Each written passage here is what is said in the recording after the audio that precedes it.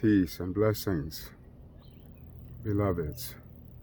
I am Astarius, and this is day 3 of 100 days of healing, which began with a public apology from me to women that I have dishonored and hurt and been a source of pain.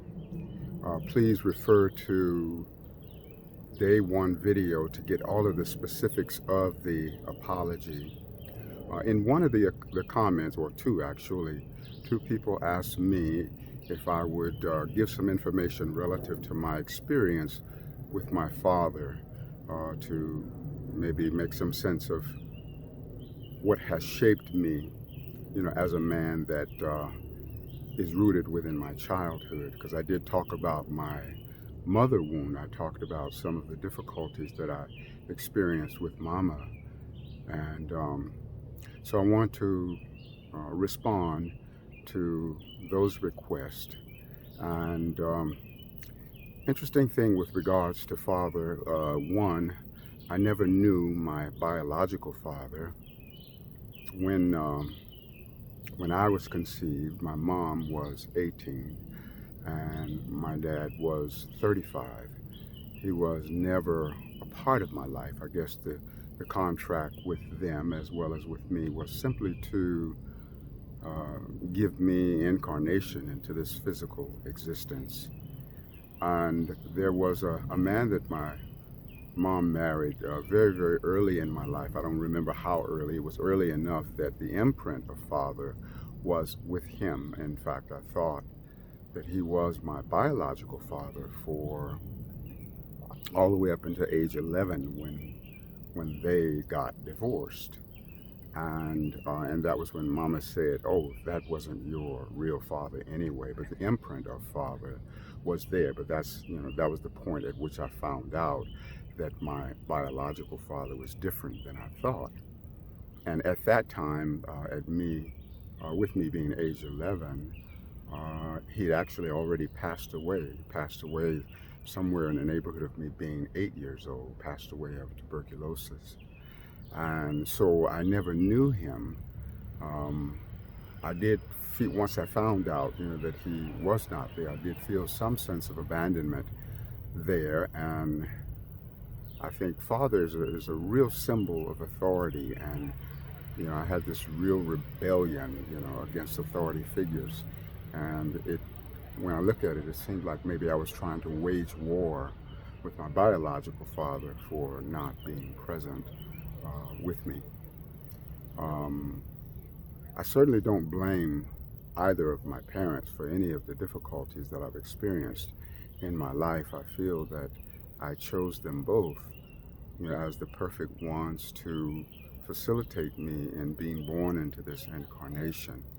But certainly there were experiences there that have helped to shape me as a being, and that may have also been part of the shaping of some of the traumas that I've experienced.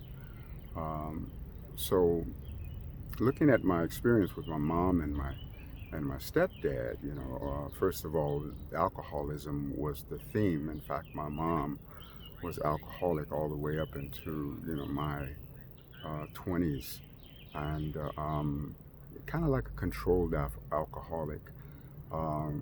Worked every day, really took really great care of me on a material level, but still had, the alcoholism, kind of like a weekend alcoholic, but, still obsessing when the weekend came.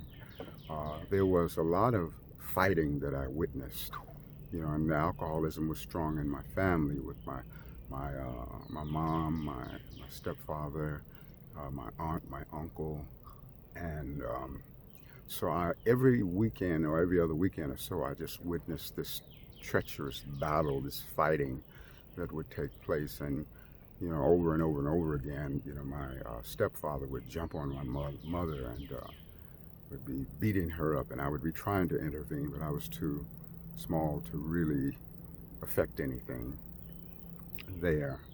And then when when the four of them would get together, my mom, my stepdad, and my aunt and my uncle, it would turn into a fourfold fight. So just witnessing four people, being in this huge fight, and of course it was very scary to witness that. It didn't feel safe, and it didn't um, help me to feel a sense of safety with regards to my immediate community of family. So that definitely had its level of challenge. And I remember my aunt, the way that she would express her rage is just break all the dishes and so forth. And I just witnessed that, over and over and over again. And then my primary experience, was more so with Mama in terms of being raised, because it was her. That's why when I told the story about me turning 16 and that she threw me out of the house because of my disobedience, you know, um, it was just basically, she and I at that point. And Mama had a lot of rage against the masculine. In fact, there had been this incident between her and her dad, where her dad, my grandfather, was jumping on my grandmother. And so my mom took a hammer to my grandfather's head, beat him in the head with the hammer. He wrestled the hammer out of her hand and beat her in the head with the hammer. And so Mama always had this real hatred, toward her dad. It was real difficult, in that respect. And,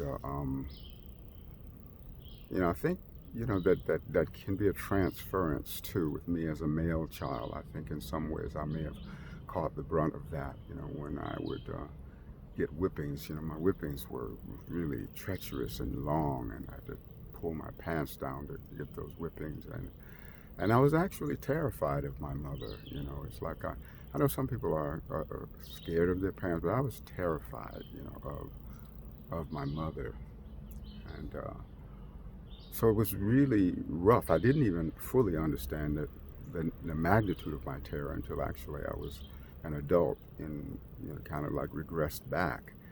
It's like as a child, I think I'd hidden it from myself because it was too big of a burden to bear, to recognize how terrified I was just of my mother.